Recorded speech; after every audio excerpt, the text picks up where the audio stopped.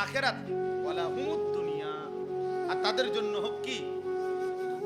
তুমি রাজি হবে না? কাঁদো কেন? তো হাদিসে আছে হযরত ওমর রাদিয়াল্লাহু তাআলা আনহু তখন চোখের পানি মুছে তখন তিনি বলেন, আল্লাহি ইন্নী লারাদিন ইয়া রাসূলুল্লাহ, হে আল্লাহর রাসূল, হ্যাঁ আল্লাহর কসম আমি এতেই রাজি। ঠিক আছে, আমরা আখিরাত থেকেই নেব, বেঈমান দুনিয়া থেকে নেব। এজন্য আমরাও আলহামদুলিল্লাহ বলি, মাদ্রাসায় পড়েছি আমরা, আল্লাহর দ্বীনের যেটুকু পারি খেদমত করি।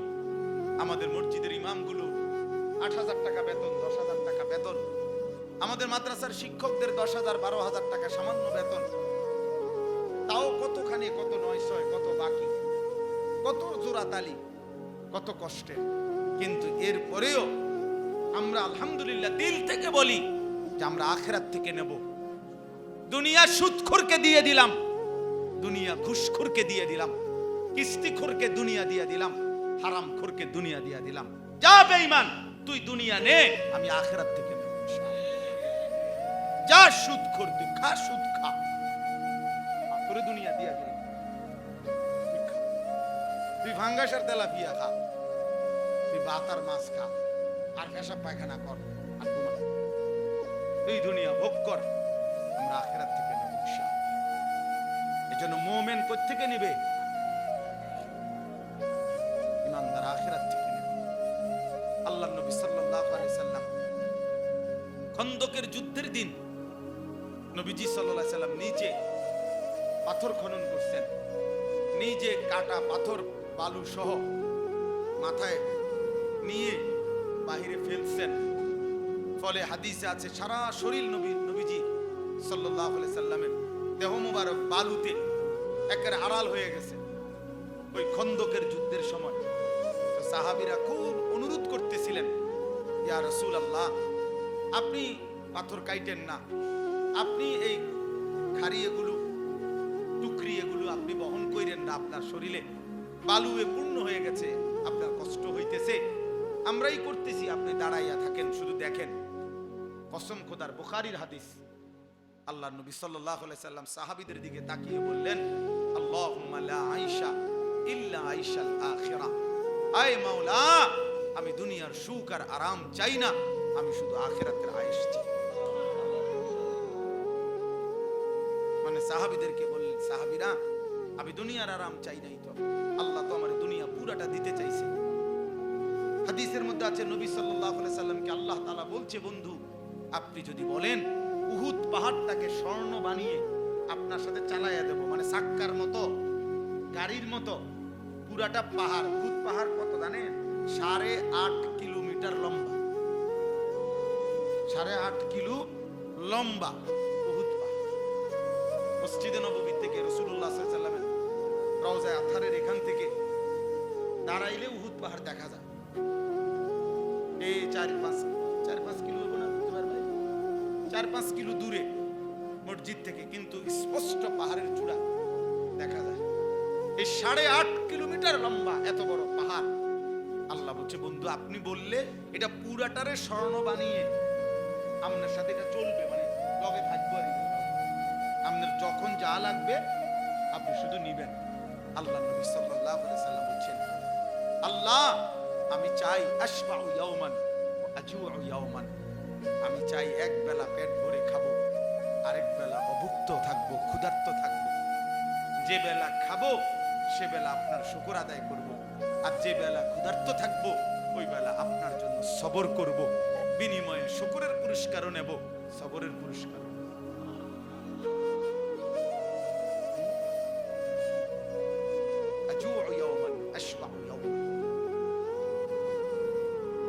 এজন্য নবী সাল্লাল্লাহু আলাইহি সাল্লামকে চেনা দরকার, আল্লাহকে চেনা দরকার, আখিরাতকে চেনা দরকার। আজকে আমরা এটা বোঝা উচিত। আমাদের বাবারা যারা আছেন, আপনারা যদি আপনাদের সন্তানের দিকে নজর না দেন, বাপ, আগামী প্রজন্ম ইসলাম পাবে না। এই সবাই যদি সবার ঘরে ছেলে মেয়ে স্ত্রী সন্তানকে এইভাবে বদ্দিনের মধ্যে ছেড়ে দেন, চোখের সামনে আপনার ছেলেটা এক ওয়াক্ত নামাজ পড়ে না, মেয়েটা পর্দা করে না, স্ত্রী পর্দা করে না, ঘরের মধ্যে প্রতিদিন রঙিন টেলিভিশনে নাচ গান নাটক সিনেমা চলে।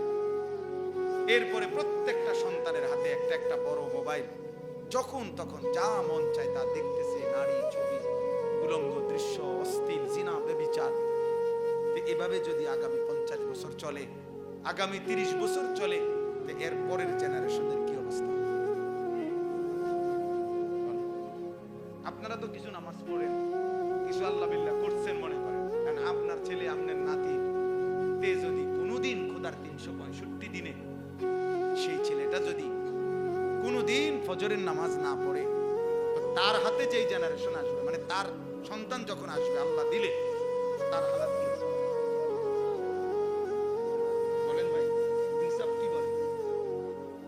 তোমরাই ছেলেরা বলো ভাই, তোমাদের পরবর্তী জেনারেশনের কি হবে?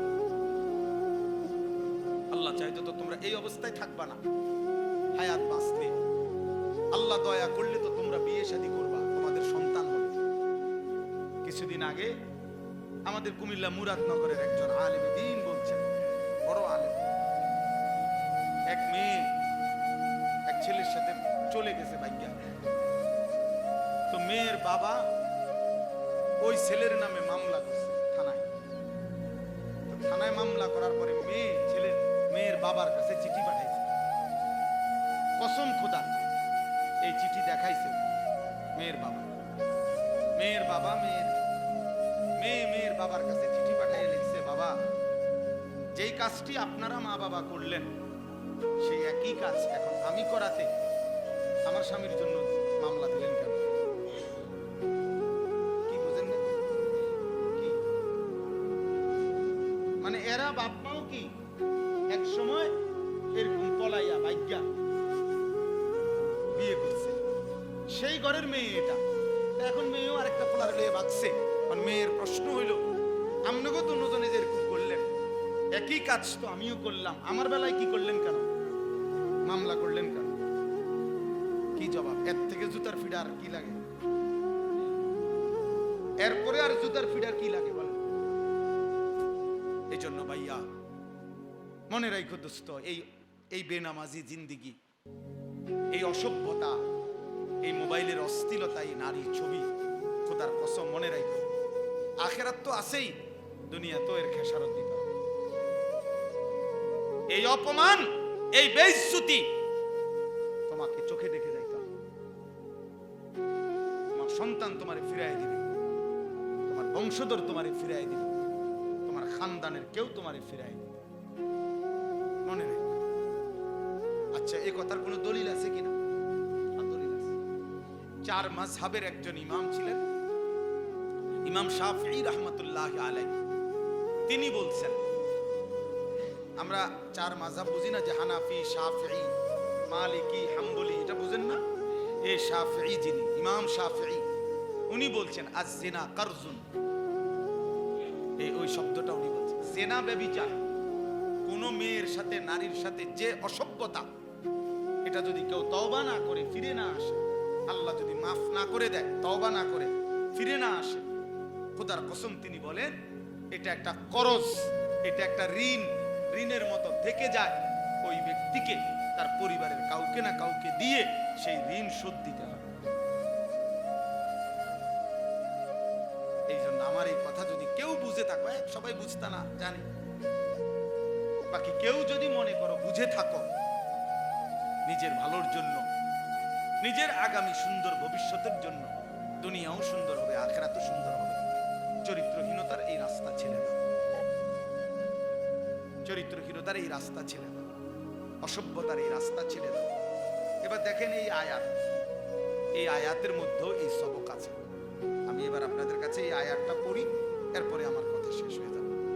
আমি বারবার অনুরোধ করতেছি ভাই, আমাদের প্রিয় নবী সাল্লাল্লাহু আলাইহি ওয়াসাল্লাম, তিনি আমাদের জীবনের সব ব্যাপারে সর্বোত্তম একমাত্র আদর্শ। তিনি সুন্দর, তিনি শ্রেষ্ঠ, তিনি হাসলেও সুন্দর, তিনি কাঁদলেও সুন্দর, তিনি কথা বললেও সুন্দর, নবী আমার চুপ থাকলেও সুন্দর। নবী সাল্লাল্লাহু আলাইহি ওয়াসাল্লামের শ্রেষ্ঠত্বের চাইতে পৃথিবীতে আর কারো শ্রেষ্ঠত্ব নাই।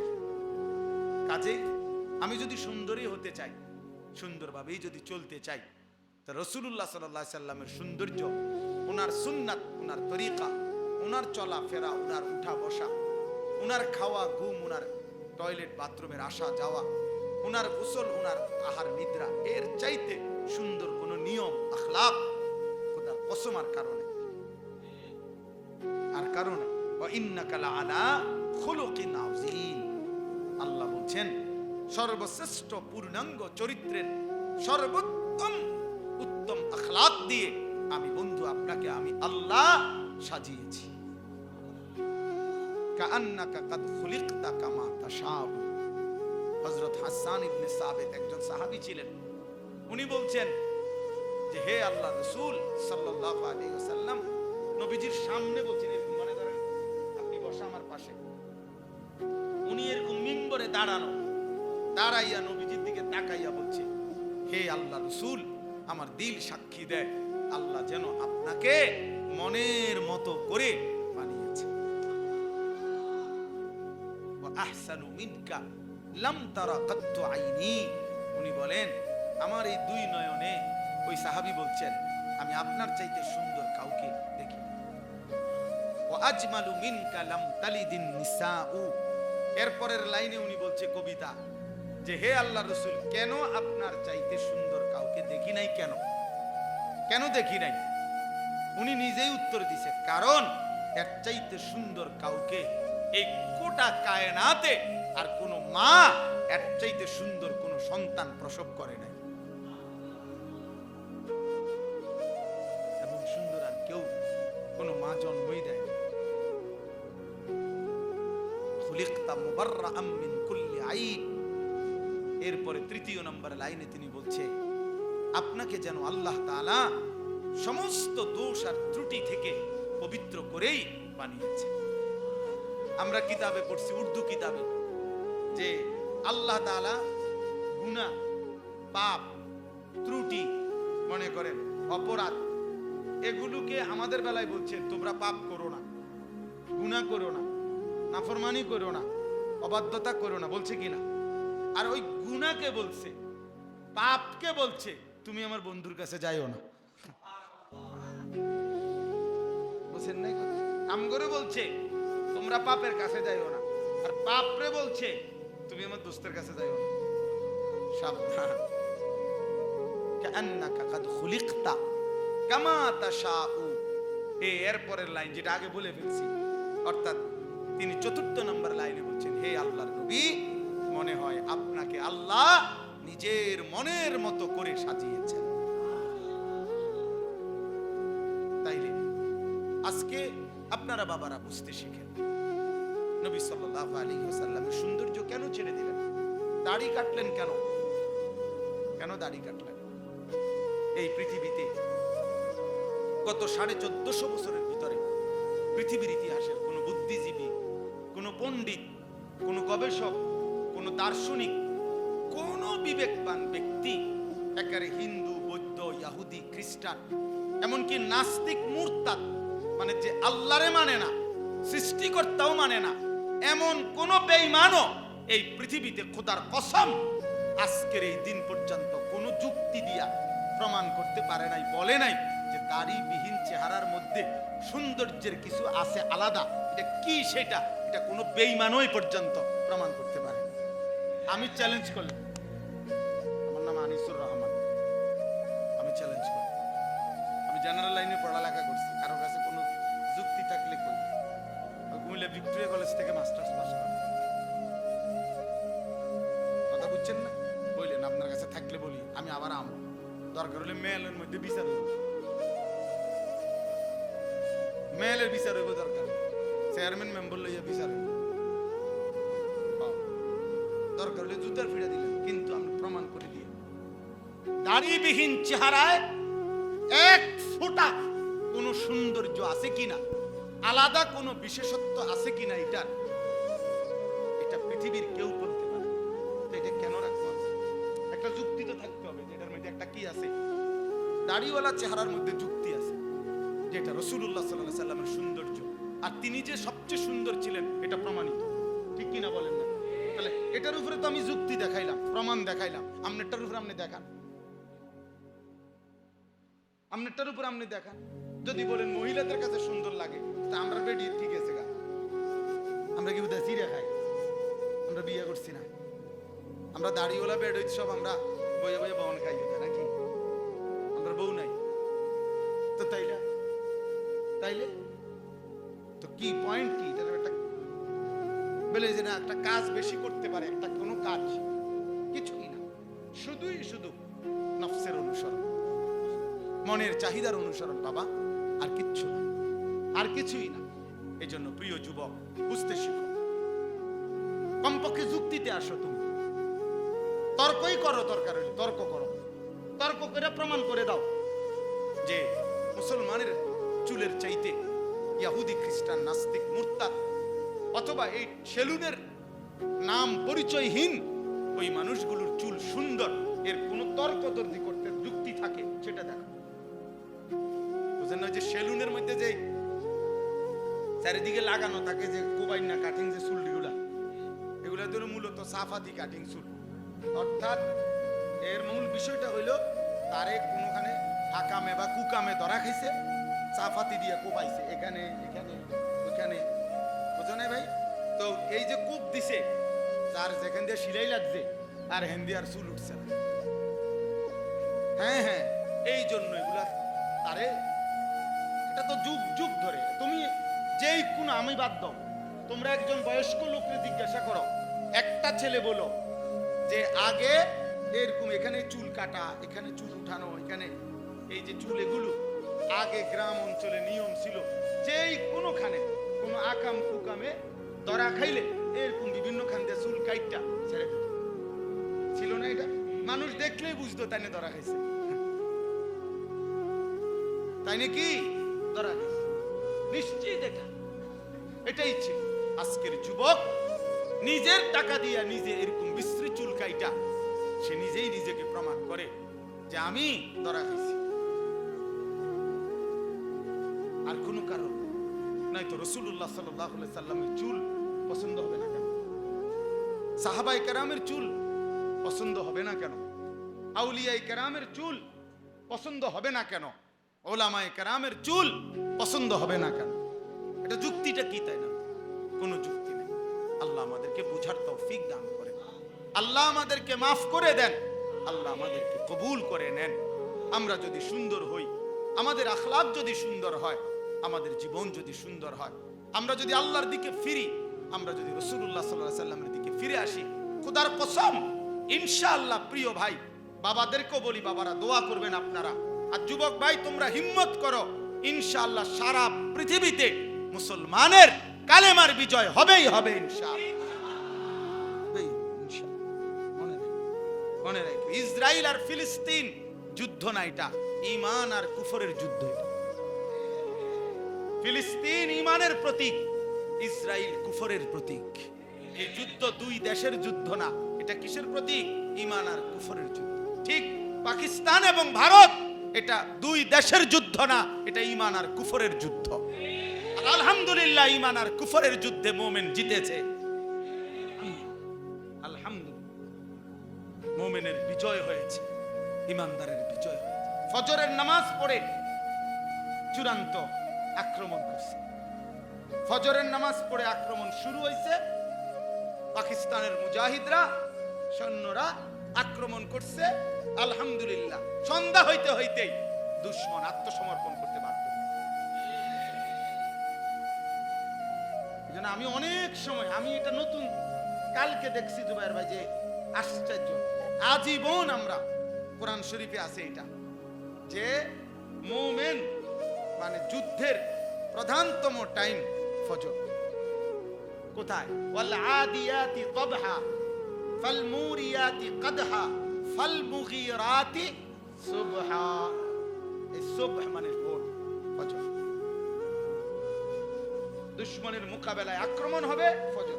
এই পাকিস্তানি মুজাহিদ ফজরের নামাজের সময় আক্রমণ করছে, আল্লাহু আকবার বলে, নারে তাকবীর বলে মিসাইল ছুটছে, তছনছ হয়ে গেছে। আজকে এত বছর ধরে না হ্যাঁ, আমরা তো কত ফ্যাসিস্টের আমলে বুঝতেই পারি নাই। আমরা মনে করছি ভারত মানে কত শক্তিশালী। এখন না বুঝি বে বে, এখন না বুঝি বে বে। এখন তো ইনশাআল্লাহ আমরাও লড়তে রাজি আছি ইনশাআল্লাহ। আমার বাংলাদেশও লড়তে রাজি আছে ইনশাআল্লাহ। এদেশের যুবকরাও লড়বে ইনশাআল্লাহ, ইনশাআল্লাহ। হ্যাঁ হ্যাঁ, একই রাতে বেঈমানেরও দাফন হয়েছে, একই রাতে ফ্যাসিস্টেরও দাফন হয়েছে একসাথে। এজন্য ইনশাআল্লাহ মনে রেখো ভাইয়া, বিজয় মুমিনের, বিজয় হবে কালেমার, বিজয় হবে ইসলামের। এ খুব দ্রুত দেখো ফিলিস্তিন ইনশাআল্লাহ একদিন বিজয়ের পতাকা উড়বে। একদিন ঘুম থেকে জেগে শুনবেন গাজার মুসলমান জিতে গেছে, ফিলিস্তিন জিতে গেছে। ইসরায়েলের কুত্তারা হারবে, হারবে, বেঈমান হারবে, বেঈমান হারবে। এজন্য প্রিয় ভাই, আগামী দিনে ইসলামের জন্য যদি তোমাকে আল্লাহ নেয় তাহলে তোমার সফলতা। আর আল্লাহ যদি মুনাফিক হিসাবে ফেলে দেয়, বদরের যুদ্ধ হয়েছে, মুনাফিক অংশগ্রহণ করতে পারে নাই। উহুদের যুদ্ধ মুসলমান যুদ্ধ করছে, মুনাফিক কি করতে পারে নাই? অংশগ্রহণ করতে পারে নাই। তাবুকের যুদ্ধ হয়েছে, মুসলমান বিজয় লাভ করছে, কিন্তু মুনাফিকরা কি করতে পারে নাই? অংশগ্রহণ করতে। এজন্য কাপুরুষ পারবা না, সেজদাবিহীন, নামাজবিহীন, বন্দিগিবিহীন রাসূলুল্লাহ সাল্লাল্লাহু আলাইহি ওয়াসাল্লামের কাফেলায় অন্তর্ভুক্ত হবে না। আমার ভাই, নিজেকে ধোঁকা দিয়েন না, নিজেরে ধোঁকা দিয়েন না। রাসূলুল্লাহ সাল্লাল্লাহু আলাইহি ওয়াসাল্লামের ভালোবাসার দাবি করেন, আপনি আমার দলভুক্ত হওয়ার দরকার নেই। আমি আপনার কাছে হ্যাঁ কোনো দরবারের কার্ড নিয়ে আসছি না, আমার আপনারে আমি মুরিদ বানাইতে আসি নাই, আমি কোনো কাগজ নিয়ে আসি নাই, কিচ্ছু না। আপনি আপনার জায়গায় থাকেন, যে যার সাথে আছেন থাকেন, কোনো অসুবিধা নাই, কিন্তু আখিরাত সুন্দর করেন। কি বলেন? আখিরাত সুন্দর করা দরকার কিনা? নবী সাল্লাল্লাহু আলাইহি ওয়াসাল্লামের উপরে জীবন তোলেন, নবীজির সুন্নাতের উপরে জীবনকে সুন্দর করেন, নাই তো কষ্ট হবে। ভালোবাসার দাবিতে যদি অনুসরণ না থাকে, সেই ভালোবাসা মিথ্যা প্রমাণিত হয়। এটা একেবারে বিশ্বাস করেন, এটা ঠেলাঠেলির কথা না। এটা অমুক হুজুর তমুক হুজুরে, আমি এগুলোর পক্ষে না, আমি এগুলো করিও না। আমি আজকে 22 বছর আলহামদুলিল্লাহ আল্লাহর দয়া এই ওয়াজের ময়দান আল্লাহ করে 22 বছর চলে। এই 22 বছরের ওয়াজের জীবনে সারা বাংলাদেশে কারোর লয় কোনোদিন বহস মুনাজারা উড়ে এলাম 5 লাখ টাকা চ্যালেঞ্জ, অত ভাই বেটা কেডায় কই আমি ইত্যাদি সব সদবদল করি। আমার কারোর সাথে কোনো দ্বন্দ্ব, মানে কারোর সাথে এরকম হামকি দমকি করা আমার পছন্দ না।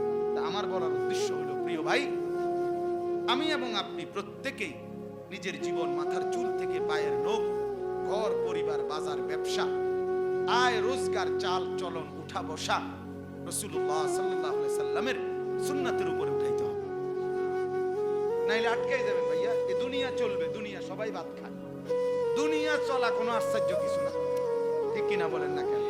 দুনিয়া ভাত মাছ চাল ডাল, দুনিয়ার মাতবরি অহংকারী, এটি তো কাফের বেঈমানও করতেছে, অমুসলিমও করতেছে। যে সেজদা দেয় সেও খায়, যে সেজদা দেয় না সেও খায়, খায় কি না বলে? সেও খায়।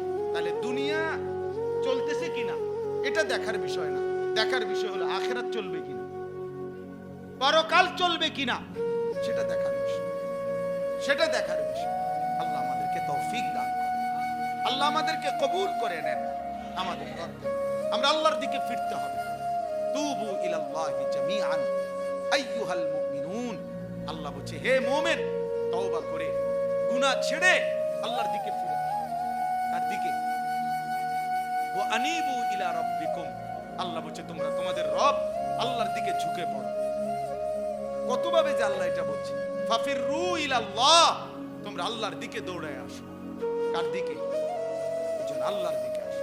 ফাত্তাবিউনি ইউহিব্বুকুমুল্লাহ, আল্লাহ বলছে বন্ধু আপনি বলে দেন যে হে আমার উম্মত, তোমরা আমার অনুসরণ করো, তাহলে আল্লাহর ভালোবাসা পেয়ে যাবে। ওয়া ইয়াগফির লাকুম যুনুবাকুম, এবং আল্লাহর সমস্ত মাগফিরাত ক্ষমা মিলে যাবে। তাহলে রাসূলুল্লাহ সাল্লাল্লাহু আলাইহি সাল্লামের সুন্নাতের মধ্যে, অনুসরণের মধ্যে আল্লাহর ক্ষমা, আল্লাহর ভালোবাসা। আপনি মিসওয়াক করবেন না, তো বিনিময়ে রাসূলুল্লাহ সাল্লাল্লাহু আলাইহি সাল্লামের অনুসরণ কিভাবে হলো? বলেন না কেন? নবীজি সাল্লাল্লাহু আলাইহি সাল্লাম মিসওয়াক করতেন কিনা? বলেন না, বলেন। এটা এটা হুজুরদের সুন্নত না নবীজির সুন্নত? তো আপনি এটা বাদ দিলেন কেন?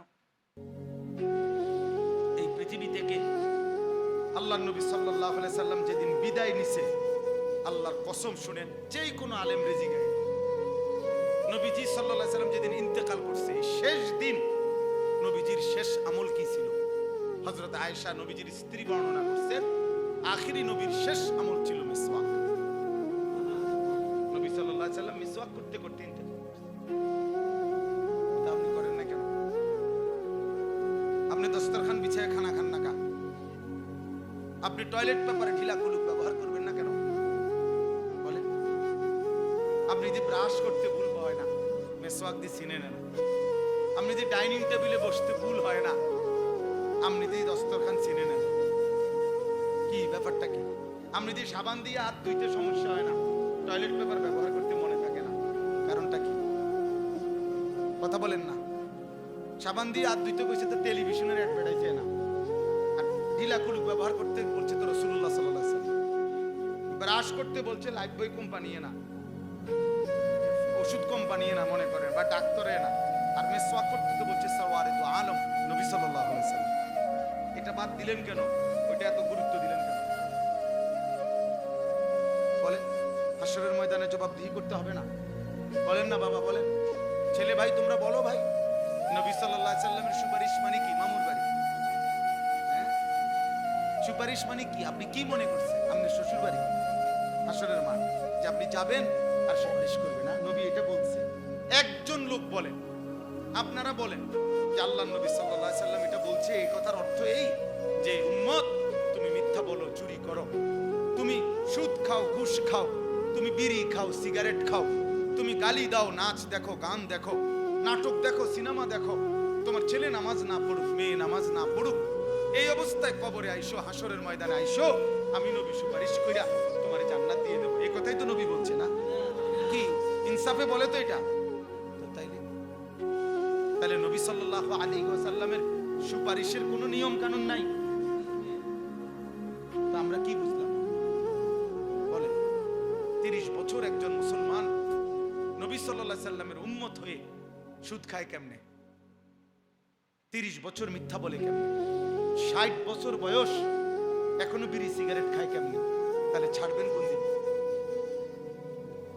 60 বছরও যদি মনে না পড়ে যে বিড়ি সিগারেট খাওয়া গুনাহ, তো বুঝবেন কোন দিন? বলেন না, কোন দিন বুঝবেন? 60 বছর বয়সেও কথা বললে গালি দেন, তো কোন দিন মনে পড়বে? আখিরাত। 60 বছর বয়সেও চা দোকানে বসে টেলিভিশনে নাচ গান নর্তকীর ছবি দেখেন, তো কোন দিন মনে পড়বে এটা গুনাহ? এখনো সময় হয় নাই? কথা বলেন না, এখনো সময় হয় নাই? কয় বছর বাঁচবে? 600 বছর? তো তাই বলেন না চাচা, কি অর্থ থাকতে পারে আমাদের? 365 দিন, খোদার একটা বছরে আপনার ছেলেটা 16 বছর 18 বছর একদিনও ফজরের নামাজ পড়ে না, এটা মানুষের বাচ্চা? এটা মুসলমানের বাচ্চা? মুসলমানের বাচ্চা এত নিকৃষ্ট হবে? 365 দিন কি মামুলি কথা? 365 দিন একদিনও নামাজ পড়বে না, ফজরের নামাজ। কি ভাই, বিবেক কি বলে? ইনসাফ কি বলে? আখিরাত মামুলি মনে করছেন, জান্নাত মনে করছেন 2টা রুম আর একটা বারিন্দা, মনে মসজিদে টিয়া 20,000 দিলে জান্নাত। 4টা ফ্যান দিছে,